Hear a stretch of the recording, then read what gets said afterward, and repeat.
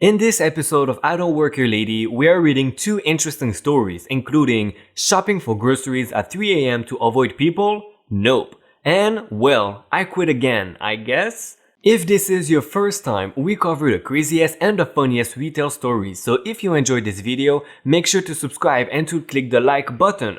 For more I Don't Work Here Lady videos, check out the playlist in the description. Congratulations Esther for the comment of the day. I think we all want Karens to get arrested, but yeah. Now let's find out how crazy Karen is today. I rate them from 1 to 100, 1 being an amateur Karen and 100 being a god Karen. Let's do this. Shopping for groceries at 3 a.m. to avoid people? Nope. Okay, so this is not my only story, but it's the most recent. 4 hours ago and kinda fits. Edit. It was going to be posted at 7 a.m. but I never hit submit. Pertinent backstory. I have severe anxiety issues that can cause me a great deal of discomfort. My whole body starts to shake. I get cold chills like I've got the flu. I get dizzy. My stomach gets so upset that it feels like I'm going to get into uncontrollable dry having fits and have explosive diarrhea, but because of other medications I am on, I cannot take this particular medication, which unfortunately for me, seem to me the only anxiety medications to even make a dent in these fits of anxiety. I have no way of knowing what is going to trigger them, or when they will happen, as they are rarely over the same thing twice. They happen infrequently enough that I can lead a more or less normal life. But one of the things that definitely has triggered my anxiety more than once, at least since my therapist had me start keeping an anxiety journal/log, is trying to accomplish a task with a list of steps or objectives while dealing with a crowd. For example, such as public speaking or performances, bartending, being a cook or a chef in a restaurant setting, and the one most important thing to the story, grocery shopping. So into the I Don't Work Here Lady part. The time, it was 3 a.m. today, and the place, a 24-hour grocery store. We will call it Terrace Heater. For the cast, me, well, that's me, duh. Karen with the I want to speak to your manager Erdo, we'll call it her K. But seriously, why do they all have this haircut? An employee, someone who actually does work here. I am minding my own business, doing my grocery shopping in a nice, big, empty store, save a small handful of employees restocking shelf.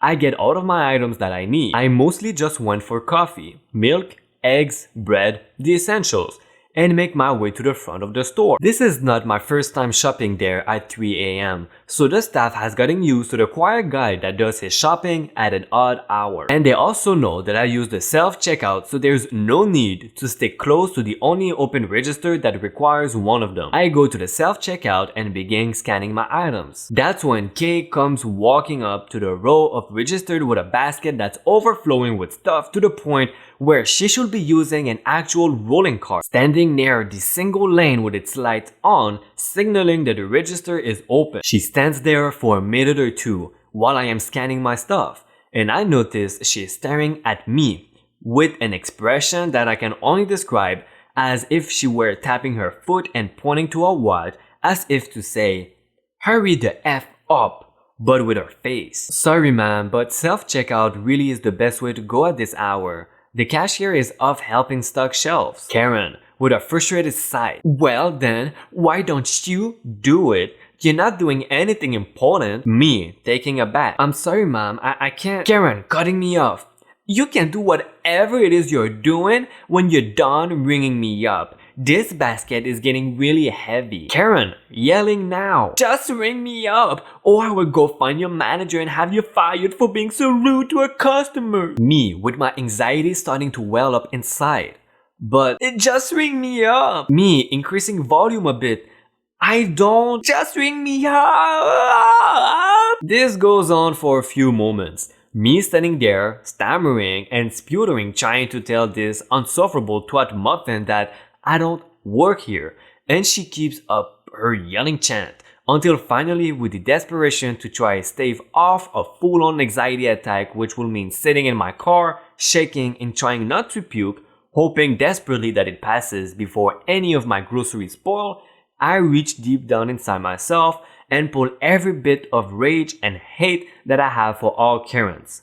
everywhere. Me, bellowing like some giant bearded elder god of pure hatred. I don't effing work here, you stupid effing piece of S.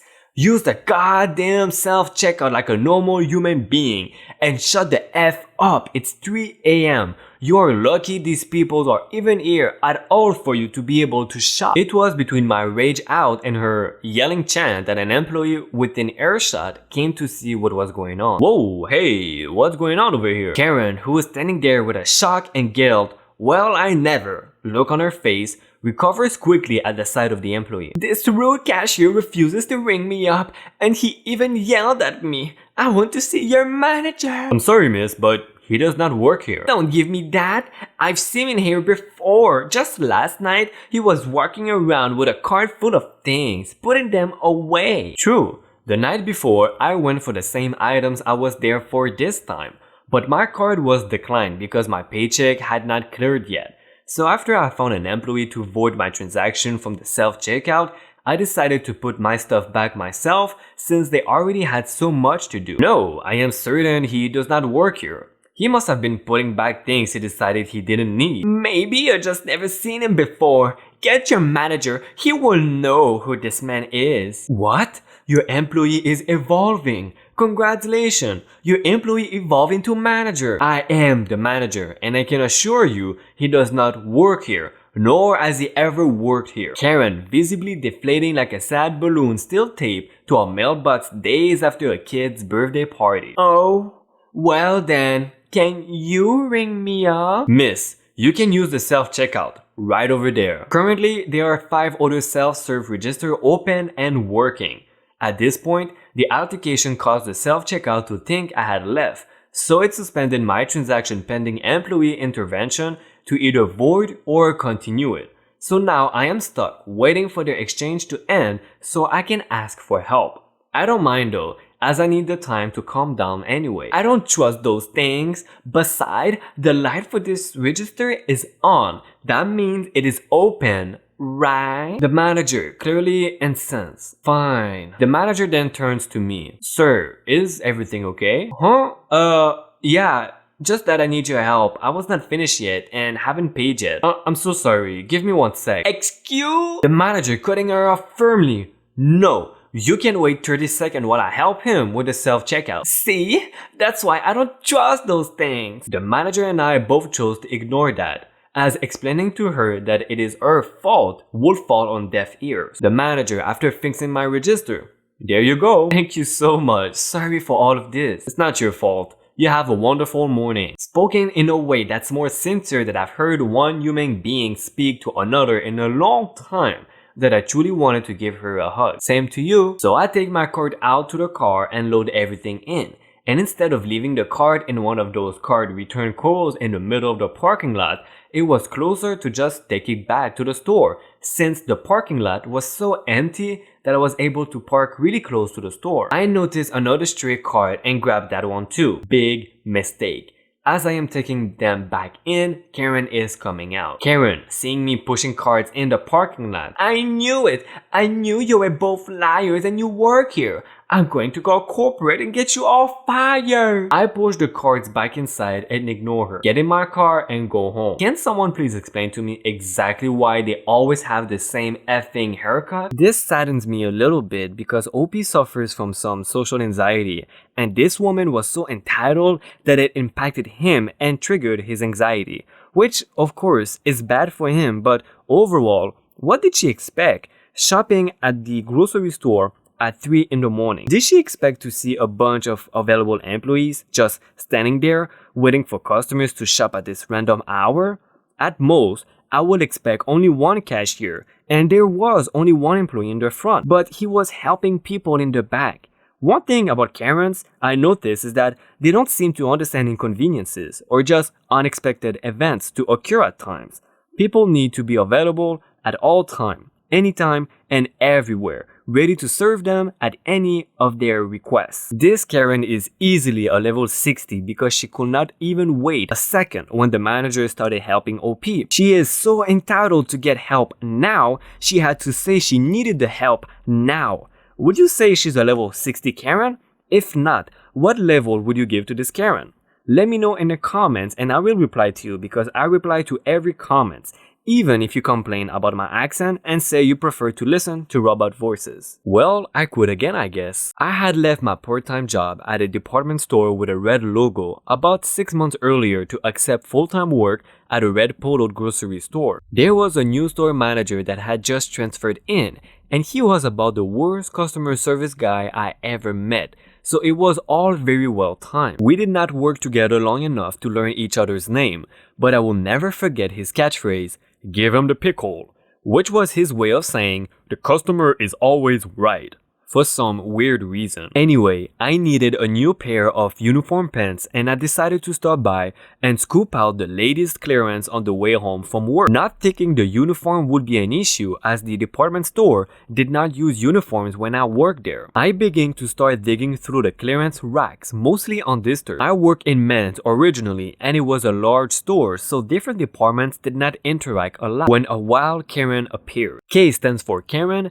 M for me, and SM for the store manager. Do you know where the formal dresses are? Me not even looking up. I think they're around the back of the store. Can you see if you have this in the back? Medium? She holds up a sweater on a hanger.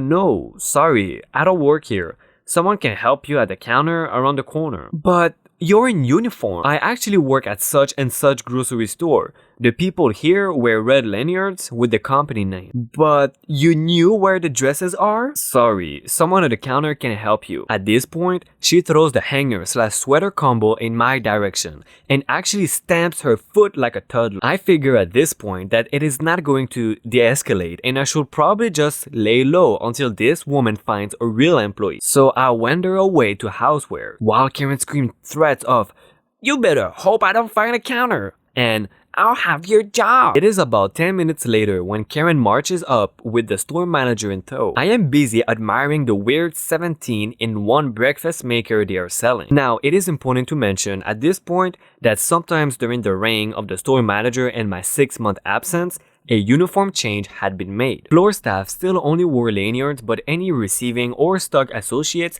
wore red polos. So I kind of understand how this last part happened, but still. Karen is pointing at me. That's her. She was incredibly rude. The store manager looking at me up and down. "I am incredibly sorry, ma'am. We take our customer service very seriously here." Now he's turning to me. "You know our motto?" I roll my eyes harder than I knew they could roll. "Give him the pickle.